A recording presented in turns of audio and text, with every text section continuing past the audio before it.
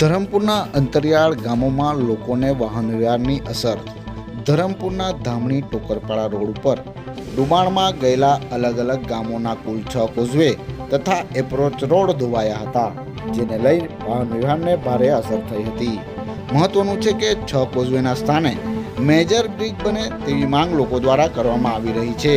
ત્યારે વરસાદ બંધ થતાં માર્ગ અને મકાન વિભાગ દ્વારા પુરાણ કરવાની કામગીરી હાથ ધરવામાં આવે તેવી પણ લોકો માંગ કરી રહ્યા છે.